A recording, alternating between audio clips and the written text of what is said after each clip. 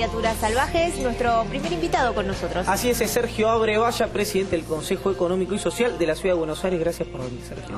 Buenas tardes. Y decíamos, bueno, obviamente trabajando la candidatura de Margarita a nivel nacional, la veíamos en el video de Margarita con más que un sincericidio, ahora parece que está mal visto que los políticos, así no fue mal. Sí, esperábamos más. Bueno, fue mal. Sí. Es así, el número que esperábamos era otro, mejor, y sobre todo porque una apuesta a que una cantidad de ideas las siga más gente, entonces, más allá de la vocación de gobernar, tenés una idea realista de lo que puede ser la elección, y esperábamos algo mayor, ¿no? En las PASO, además. Si bien la elección es ahora, esperábamos más. Pero la Ciudad de Buenos Aires, la elección fue buena, ¿no? Casi 7 puntos, así que un buen promedio en la Ciudad de Buenos Aires. ¿Qué era lo que esperaban para lo nacional? Claro, esperábamos eso en lo nacional, quizás la ciudad podía ser un poco más, pero más o menos andaba en eso. ¿Sí? La expectativa se cubrió bien. Pudimos hacer una buena campaña en la Ciudad de Buenos Aires, caminamos a vía interna, los dos candidatos eran buenos candidatos, tanto Manuel Garrido, que es diputado nacional, como Victoria Donda, y ahora los dos son candidatos, encabeza Victoria Donda y sigue Manuel Garrido. Y esa campaña nos permitió trabajar mucho el voto de Margarita, que está, ¿no? Que yo creo que es mucho mayor que lo que sacó. Que lo que estamos viviendo es un fenómeno de cortoplacismo muy grande en donde el voto útil arrasa y entonces no permite la reflexión sobre las propuestas de los candidatos. ¿A quién crees que fue el voto útil de Margarita? Mira, yo creo que se repartió seguramente entre Macri y Massa. Uno no sabe, es decir, entre Macri no, perdón, entre la opción... Cambiemos, claro, el Frente Cambiemos. Ahí había dos opciones que eran... la de Sanz y la de Carrió, y seguramente algo de Massa también. La verdad es que no tenemos una medición o un estudio que nos diga exactamente cómo, pero es muy probable que haya pasado eso, y el peso que tiene la difusión de las candidaturas cuando todos te dicen son tres, es muy grande, es muy difícil de levantar, porque la gente tiende a resolver, digamos, y ahí como que desapareces del escenario en la cabeza del que tiene que votar y dice, bueno, pero las opciones son estas. Es una era en que se valora de esa manera. Y vos peleás con educación, vivienda, alguna serie de temas centrales, y cuesta mucho remar en esta era, yo diría, de 140 caracteres, ¿no? Es una era en donde lo decís en 140 caracteres o no te escucho. No, claro. Seguramente tenemos que corregir muchas cosas, ¿no? Yo detesto al político que dice que la culpa la tiene la gente. Tenemos que entender que esto sucede, hay que cambiar en ese sentido nuestra manera de decir las cosas y militar más en la esperanza de poder representar a todos los argentinos. Hoy leía una nota sobre Altamira de hace 2 días que decía que la izquierda va a ir por los votos de Margarita Stolbizer. ¿Cómo lo ves? ¿Qué lectura? Están fascinados todo el tiempo. Yo escucho a todos del Caño, todos quieren pasar a Margarita Stolbizer. Nosotros no vemos para nada la elección así, no vamos ni por los votos de ellos, vamos por la representación de las ideas que tenemos, por crecer seguramente todo lo que podamos. ¿De dónde salen? Y yo podría hacer especulaciones, quizás vuelven los que se fueron, aquellos que decían, ay Margarita te quiero, pero no votaron. Quizás vienen los de izquierda, quizás vienen los de la CTA, quizás vienen algunos de esa interna dentro del FIT.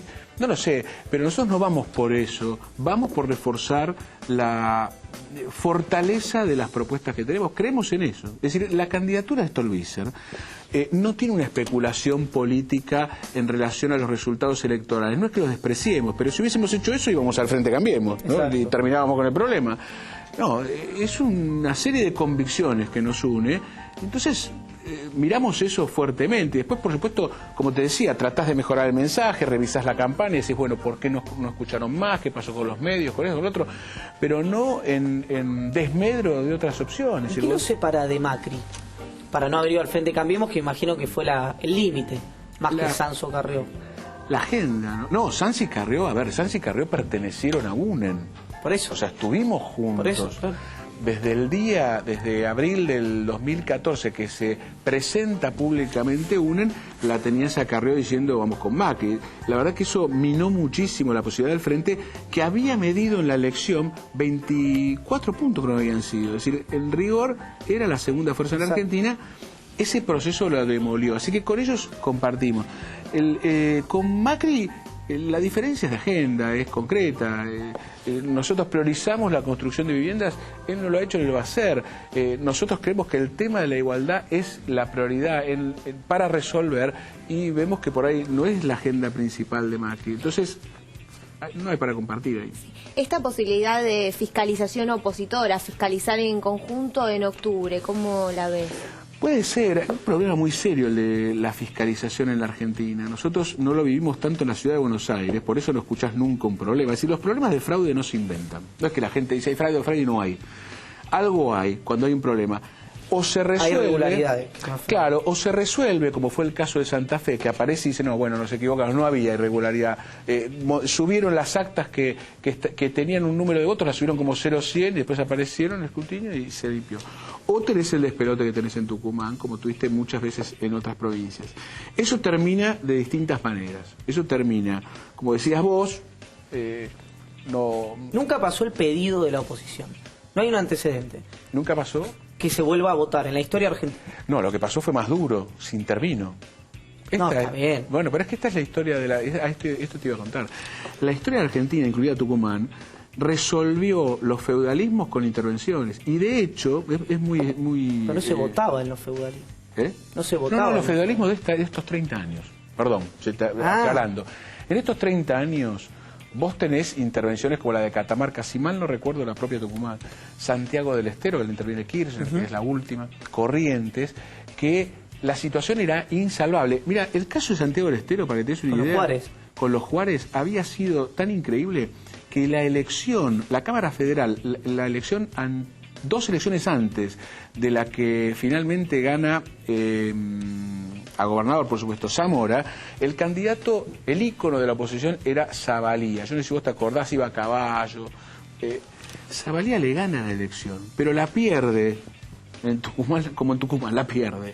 Se hace la denuncia de fraude, el problema estaba en la banda, la Cámara Federal termina confirmando 2 años después que era cierto, que había ganado Zavalía, pero ya el gobierno estaba constituido. No, pero Tucumán la pierde, pero la pierde, fue lo que pasó, no fue que ganó la oposición por... ¿Quién? Ahora en Tucumán, no la última. No, pero quiero decir, no es que Zavalía ganó. Lo que le dice la Cámara es que sí, que la ganó. Y lo que pasó ahí, te cuento algo más. Definitivo. ¿Para vos es definitivo? Este escrutinio definitivo no resuelve la crisis que tenés política. Los que sabemos de esto por militar de 30 años, sabemos que si se desata el fraude y tenés denuncias como las que vimos, ¿no? Que llega una presidente de mesa más tarde y se encuentra con 30 boletas adentro de la urna. Si vos sabés que eso ocurre, no sabés cuántas urnas se abrieron al final de la tarde que ya venían con boletas y están puras. Vas al definitivo, las contestas también. Ahora te hicieron un fraude. Eso y otras situaciones, porque además lo que siguió es que seguía habiendo problemas en el definitivo, con un miembro, creo que de la Junta Electoral, que entra con fajas. Hay 2 personas denunciando ante escribano público que entró con fajas una persona al lugar de las urnas antes de realizar el escrutinio definitivo o entrando con boletas. Eso te da una amplitud de lo fraudulento tan grande que ya no sabés qué es lo que pasó. Yo creo como vos que llamar a elección es lo que uno reclama, en el sentido de que, bueno, esto está mal, hagámoslo de nuevo bien.